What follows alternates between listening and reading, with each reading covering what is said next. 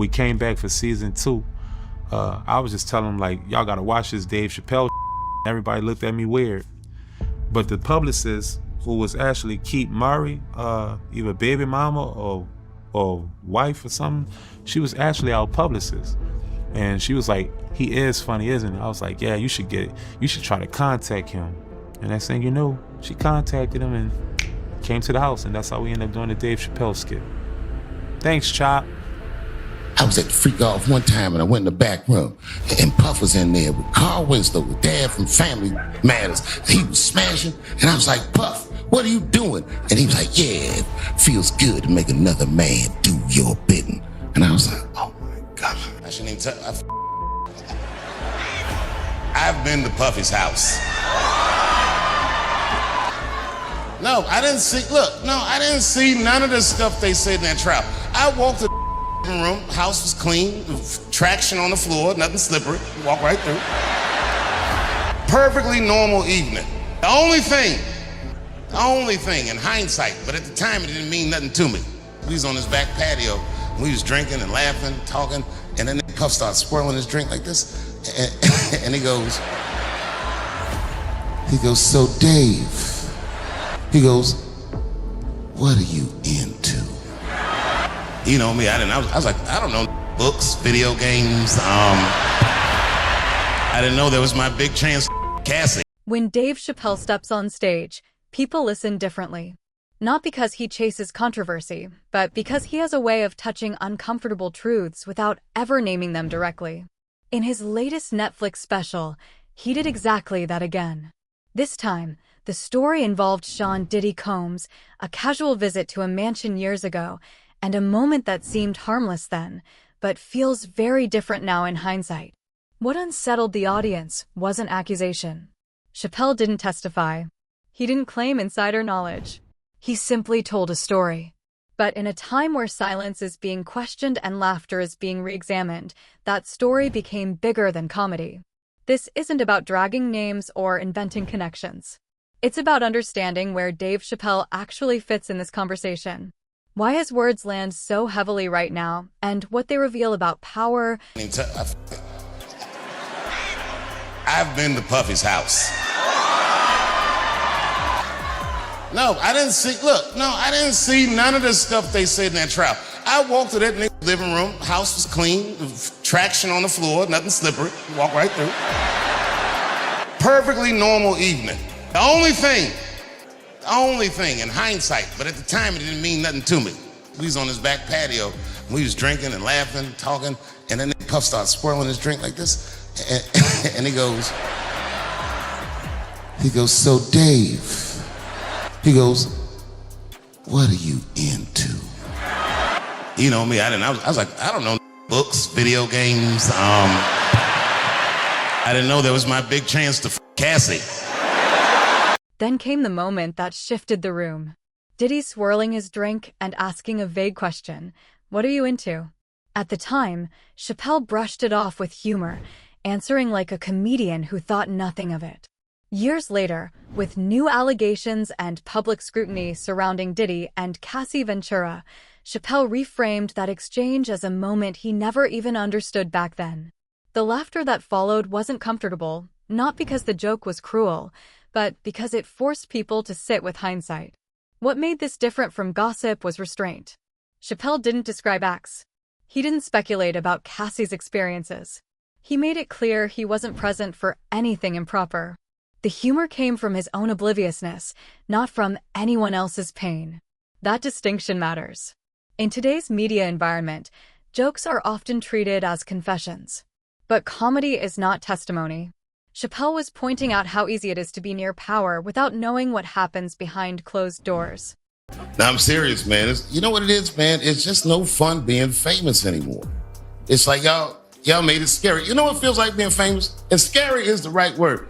It feels like, and I'm not being dramatic, it feels like I'm storming the beach of Normandy, World War II.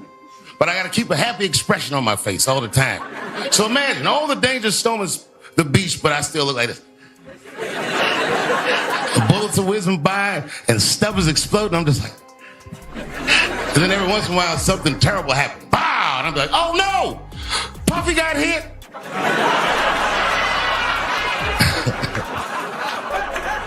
And Puffy be like, oh, keep going, Playboy. I kicked the and forgot about it.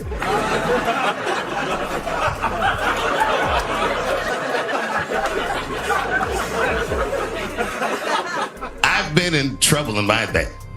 Well, I've been in a lot of trouble in my day, but man, let me tell you something. This guy, Puffy, buddy, this guy is in an enormous amount of trouble. I don't think I've ever seen anything like this. They got this guy in a RICO case by himself. A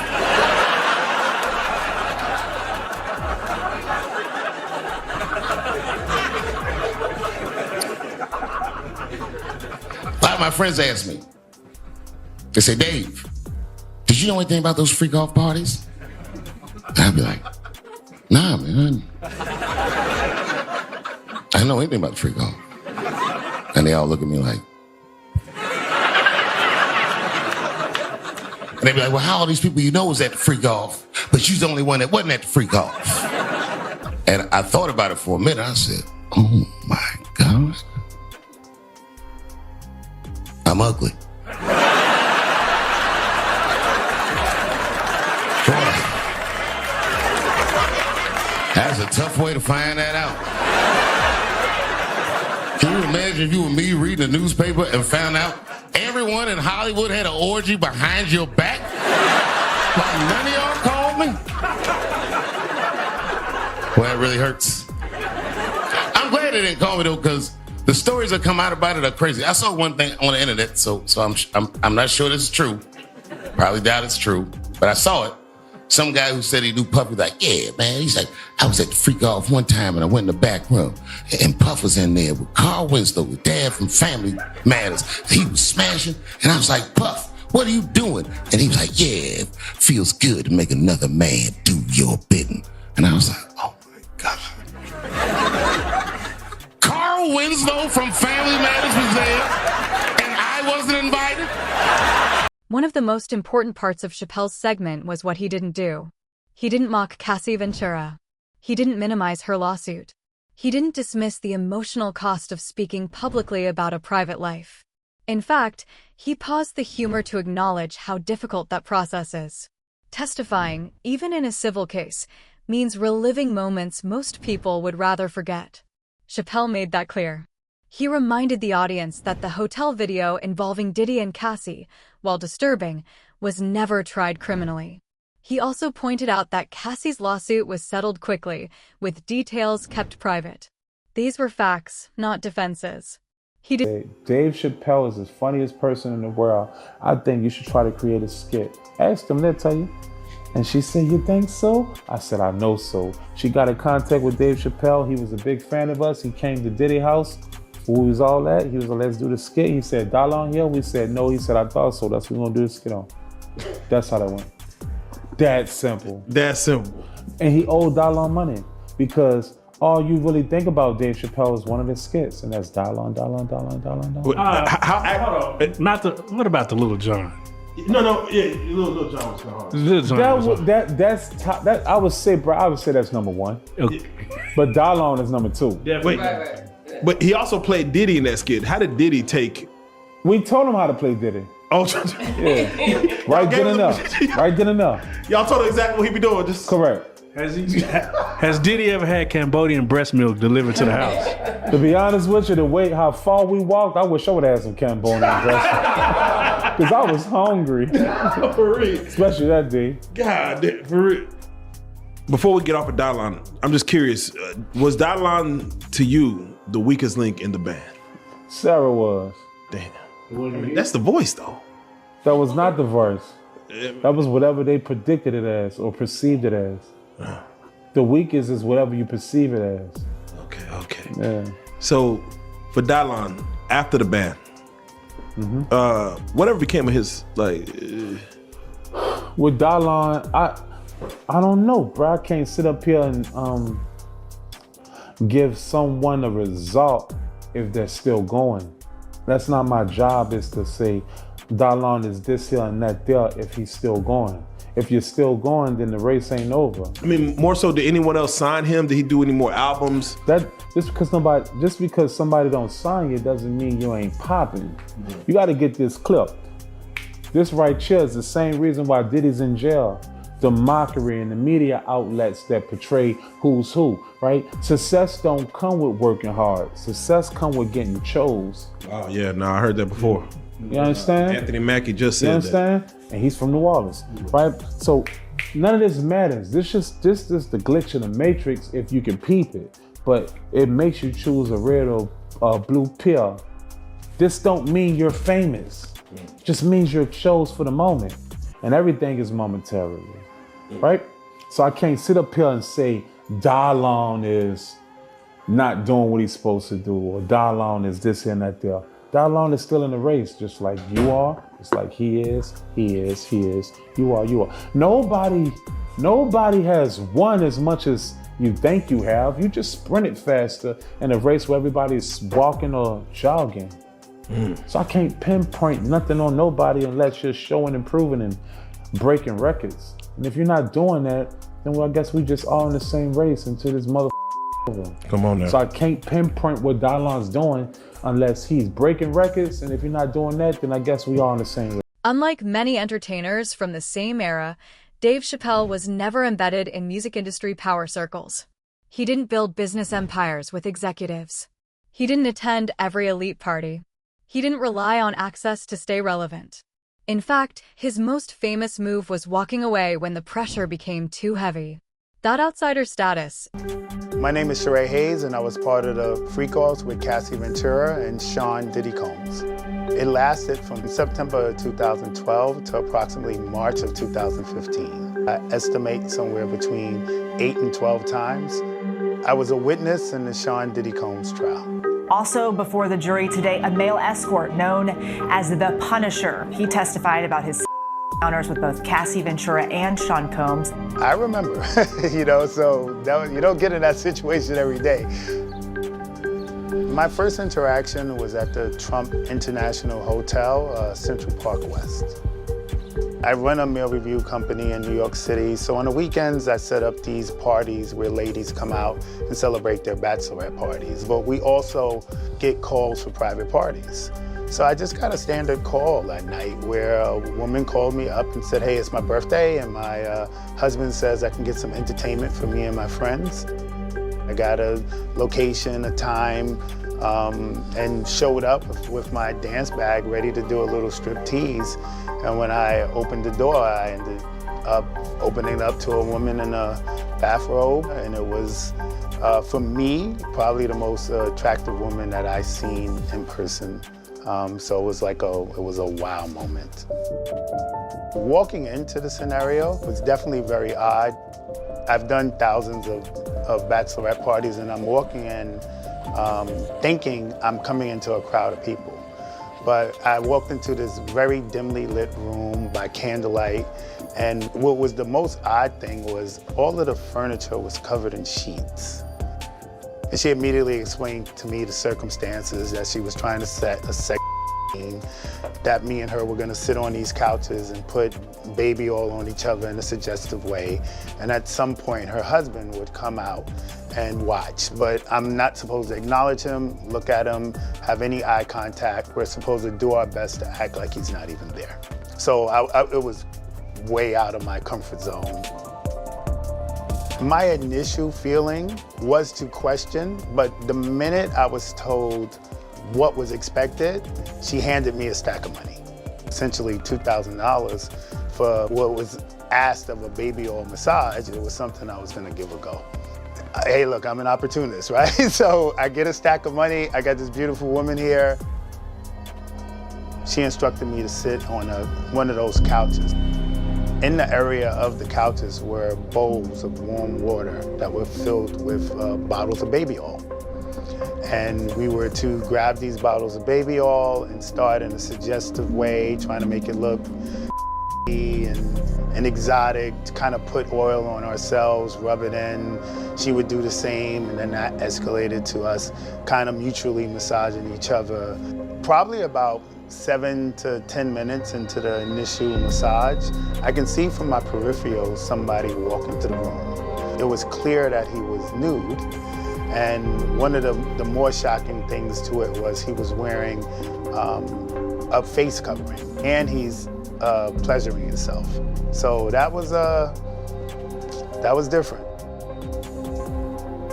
The interaction of the husband stayed pretty consistent. For the most part, he was across the room, giving very subtle direction. He also references freak-offs, a term circulating online with heavy implications. It comes from civil filings, leaked claims, and media speculation tied to Diddy's legal troubles. These are allegations, not convictions, and that distinction matters. No lawsuit has ever named Dave Chappelle as a participant, witness, or enabler. No filing places him at anything resembling what Sherry, the Punisher, Hayes has mentioned. Chappelle didn't introduce the term in his special. He referenced public knowledge indirectly. He relied on the audience's awareness, not his own claims. That's how comedy reflects culture rather than creating it. There's a danger in blurring those lines. When commentary becomes assumed guilt by proximity, truth gets diluted. Chappelle's role here is that of a mirror, not a character in the story. He's reacting to what the world is already discussing. Understanding that difference protects real accountability. It keeps focus where evidence exists, not where speculation feels entertaining. If Chappelle told the same story 10 years ago, it would have passed without reaction. Timing is everything. Today's audience brings new information into the room. The laughter carries weight because people are re-examining the past through the lens of present revelations. That doesn't mean Chappelle knew more back then. It means society knows more now. Comedy often ages into meaning. Words spoken casually can become significant later, not because intent changed, but because context did. I knew that the Chappelle thing was coming up, and I was like, yes, let's rock this. Because it wasn't that I was trying to change anyone's perception. I wanted to blow the lid off that joke because I wanted to get to the heart of the joke. And I think after all these years and all the accolades about it, and yes, it changed some people's perceptions, but I will let you in on something. Whether it changed someone's perception of me, I could care less because I already knew. I already knew who I was. If you came to see me live, even when I was doing my talk show, my show that I do live and the things I talk about live, those are the things that I can talk about in that venue. So I already knew me. So when a network person, a white network person comes up to me and says, you know what, I'd like to offer you this role now because I saw what you did on the Chappelle show. If you saw what I did as an actor on the Chappelle show, cool, because I acted the hell out of that and we wrote a great sketch. But if now I'm on your list as being black because of that thing, well, you can kiss my ass. And fans, a brother will come up and say, Wayne, man, I didn't like you before, but since that Chappelle thing, stop. Thank you for the compliment, brother, but it's not the compliment that you want, so we don't need to talk.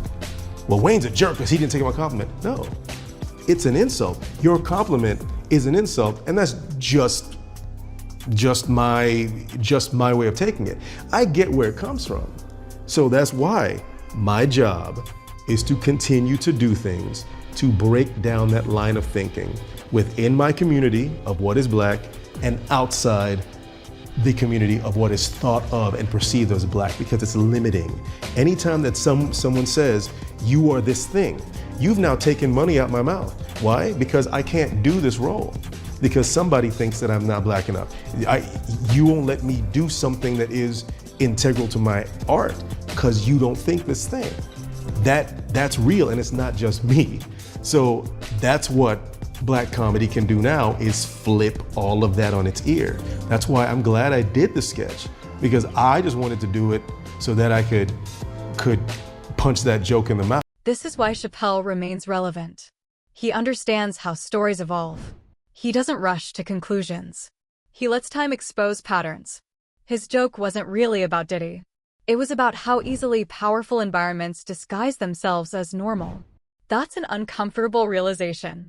It suggests that many people pass through rooms with— This is it's bad. But 50 wouldn't stop there, you see. For some reason, Diddy, around the time of his arrest, thought, I know what I'm going to do. I'm going to be exonerated later, so I'm going to film all this, and then I can use it in my big comeback later, when I'm not in jail. Didn't work out the way he thought, and it turns out he went to jail for a few years. All right, he didn't get the full amount, but he still got a few years. And 50 Cent somehow managed to pay for the footage off of the videographer. Probably Diddy's worst nightmare, this. It's got to be up there. Now, we're going to get into what's in the actual documentary, and it's something. We need the core theme to be, you didn't do anything wrong. You didn't do anything wrong on any front. By the way, these conversations, the lawyer had no idea he was recording them. So when the lawyer's like, yeah, we need everyone to believe you did nothing wrong, it kind of takes away from when the lawyer is out in public saying, yeah, my client is completely innocent. And now he's showing the behind the scenes where he clearly didn't think he was very innocent. So not Diddy's smartest move. However, throughout this journey, you'll see he makes a lot of crazy decisions. I don't think it's working.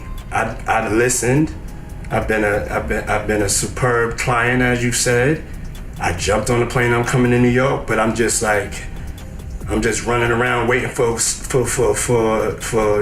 shoe to drop. He's off right now, in case you can't tell, and he really doesn't look good. It's the middle of September, and there's still no indictment. Bro, then you have to have a spokesman. You have to have some sort of comms to constantly be pushing that, Mark. Because you may just be a person that you just may watch CNN. You know what I'm saying? And there's 9 billion people in the world, and 7 billion of them is on Instagram and TikTok. He's basically trying to get control of the narrative. That's what he's really worried about. He wants public perception to be, this was all bull. Fortunately for him, we had all seen the CCTV of him beating the assy, so we know you're not a good guy, man. That's out there. A statement from your solicitor is really not going to change that. We have to find somebody that'll work with us, whether they're from this country or from another country. It could be somebody that has dealt in the dirtiest of dirty business of media and propaganda. We need to brainwash some now, and we need people who are used to working with the dirtiest of dirty, because that's what he is, and he's admitting it. How could you let this footage fall into the hands of 50 Cent, my guy? And honestly, it always comes down to money with Diddy, because Diddy didn't get rich just because he was, clever in music. Diddy got rich because he robbed people all the time, and him not taking care of the people around him, it just comes back to bite him a million times over. It's like we have a movie, you're speaking this language, and you know what I'm saying, we need subtitles.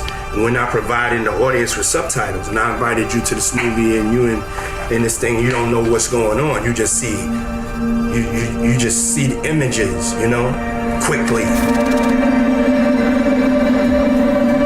Now, it has a whole life of its own. I gotta say, this whole doc was edited well. When he said, you just see the pictures and they cut to the CCTV. Well done, 50. You nailed that, son. If you're going to take him down in style. So you get a clear window from the jump here into Diddy's psyche. He doesn't give a about Cassie or any of these girls. He doesn't give a one. It's save yourself mentality, and it's crisis mode. And you can see on his face, well, he's got a drug problem. This is at an all-time high of his drug taking, surely, because he is stressed up. I'm not a referee.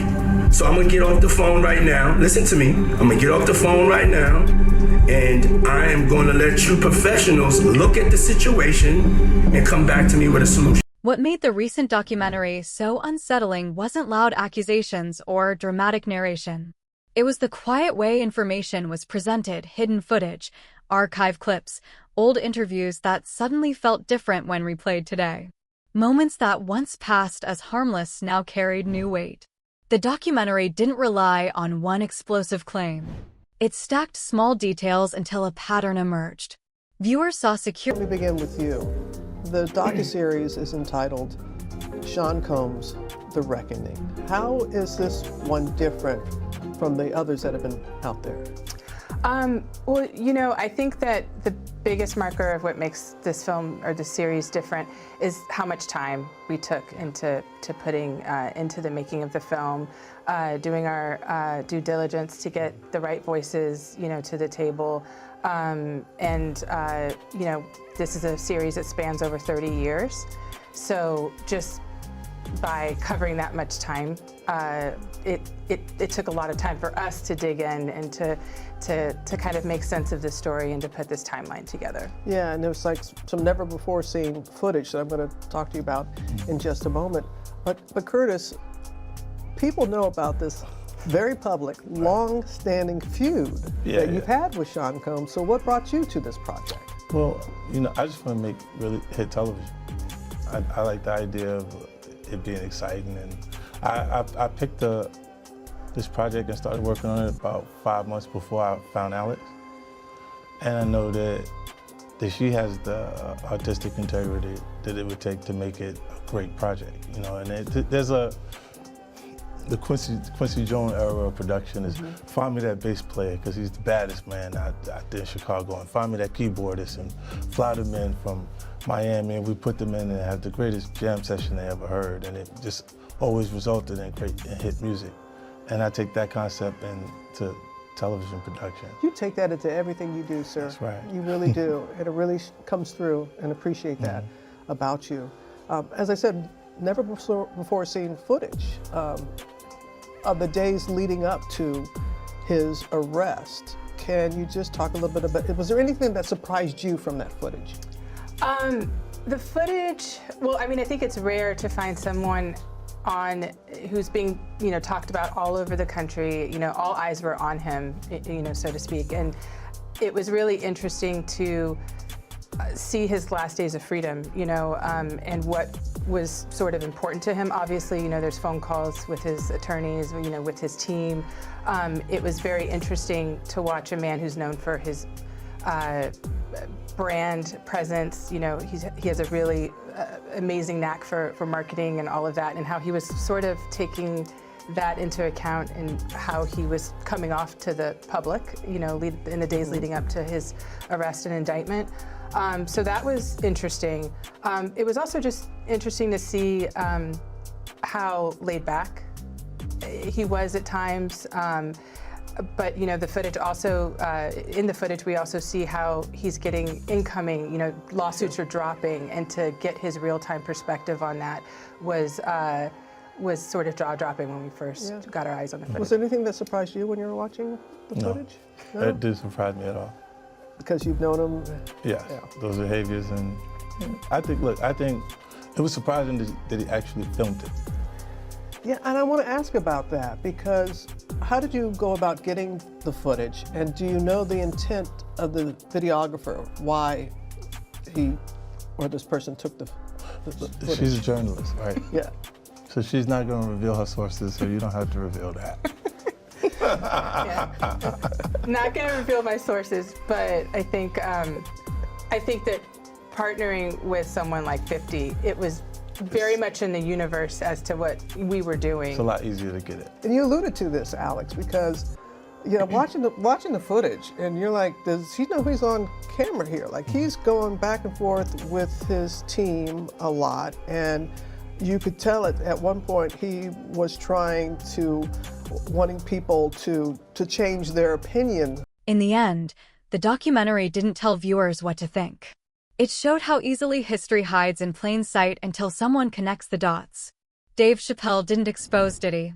He didn't defend him either. He told a story about proximity, power, and how ordinary things can feel until the truth surfaces later. The internet wants every voice to take a side. But Chappelle chose something harder: reflection. And in doing so, he reminded us that understanding systems matters more than chasing shock. The real question isn't why Dave Chappelle joked about it now. The real question is how many people walked through those same rooms, felt nothing was wrong,